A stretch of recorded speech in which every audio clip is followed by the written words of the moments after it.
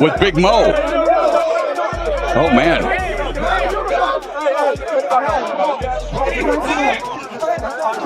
Christopher, you ready? Are you going to keep boxing? Yeah. You really love this shit, huh? Paul's meltdown began the moment Anthony Joshua shattered the illusion with a brutal reality check, cutting through years of hype in seconds. As Logan Paul watched from ringside, the anger boiled over and the fallout became even uglier than the knockout itself, a public breakdown, a family implosion, all under the brightest lights, exposing the Paul brothers' empire with nowhere to hide. Jake Paul being measured up by Joshua for that right hand gets flipped. Sold as a bold, history-making gamble meant to legitimize Jake Paul and rewrite modern boxing narratives. But once the bell rang, it stopped being a gamble and became a brutal reality check no one in his camp was prepared for. What followed wasn't just a knockout. It was a public collapse of hype, ego, and family pride, spiraling out of control in real time for both Jake in the ring and Logan, watching helplessly on the sidelines, in front of millions ready to tear it apart. Pissed him off. Then he broke my brother's jaw. Fuck this guy. Broke his jaw, huh? Yeah, oh, he split his jaw. Yeah. He don't care though. Jake's having a fucking Real disaster began weeks before the fight, with Logan Paul publicly acting as if the outcome was already decided. Through constant appearances and social media clips, he pushed the narrative that Anthony Joshua was past his prime, overrated, and easily beatable, even calling the fight a legacy ender before it happened.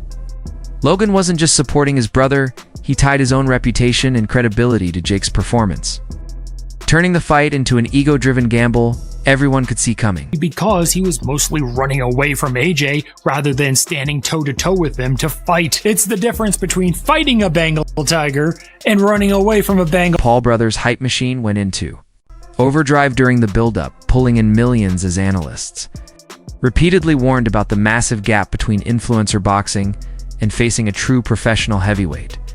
Those warnings were drowned out by noise and confidence. Logan pushed the narrative harder.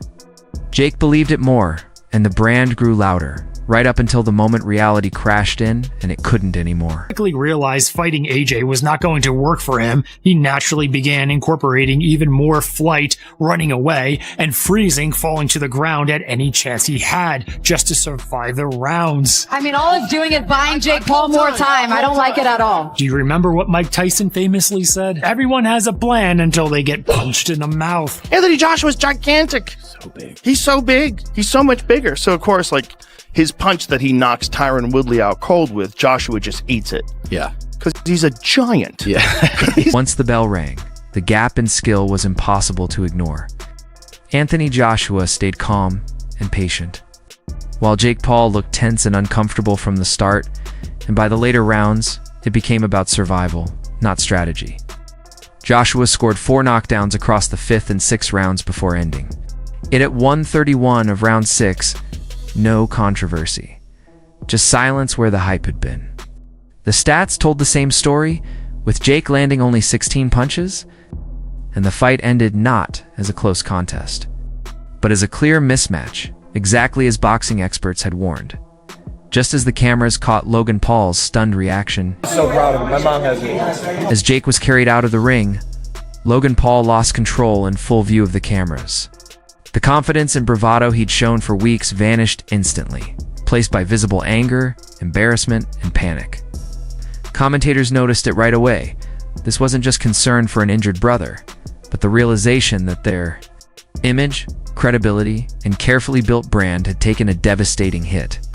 With Logan's fury aimed not at Joshua, but at Jake, and what this loss meant for what comes next. Taking that right hand, it only took one. I'm just so proud of him. That was incredible. In my view, Once the opening bell sounded, the difference in experience and skill became immediately clear. Anthony Joshua remained composed and patient, fighting like a seasoned professional, while Jake Paul appeared tense, stiff, and uncomfortable from the very beginning. As the rounds progressed, the fight shifted away from strategy and confidence and became a matter of survival for Paul. Joshua began to take full control in the 5th round, scoring 2 decisive knockdowns that visibly drained Paul's energy and belief. The pattern continued into the 6th round, where Joshua dropped him 2 more times before ending the fight by knockout at 1 minute and 31 seconds. There was no controversy and no debate, only a sudden silence, where weeks of hype had been. Post-fight statistics reinforced what viewers had already seen, showing Paul landed just 16 punches throughout the bout. Rather than a competitive matchup, the fight unfolded as a clear mismatch, lining exactly with the warnings many boxing experts had issued beforehand. As cameras captured Logan Paul's stunned reaction from ringside. Tuber, who's fought Tommy Fury, who's a legit boxer, and a couple other guys that were legit boxers. That's it. Like everyone else he's fought Ben Askren, who's really a wrestler. He fought Tyron Woodley, who was an elite MMA fighter, but not an elite boxer. Public. The timing in that right hand, just spectacular. That's stepping in as well. Over the top. I mean, that was a full force shot to the temple. I mean, he's Fucksville right now. As Jake Paul was carried out of the ring by his team and medical staff, cameras captured a moment that quickly became one of the most talked about scenes of the night. Logan Paul visibly losing control of his emotions in front of a global audience. The confidence and bravado he had projected throughout the build-up to the fight disappeared instantly, placed by a mix of anger, embarrassment, and unmistakable panic. Commentators noted the shift in real time, pointing out that this reaction went far beyond the normal concern of a brother watching an injured sibling. What unfolded appeared to be a raw, emotional breakdown. Logan lashed out while processing the sudden collapse of the narrative he had spent weeks aggressively promoting. Notably, his frustration did not seem directed at Anthony Joshua, but instead at Jake and the outcome itself.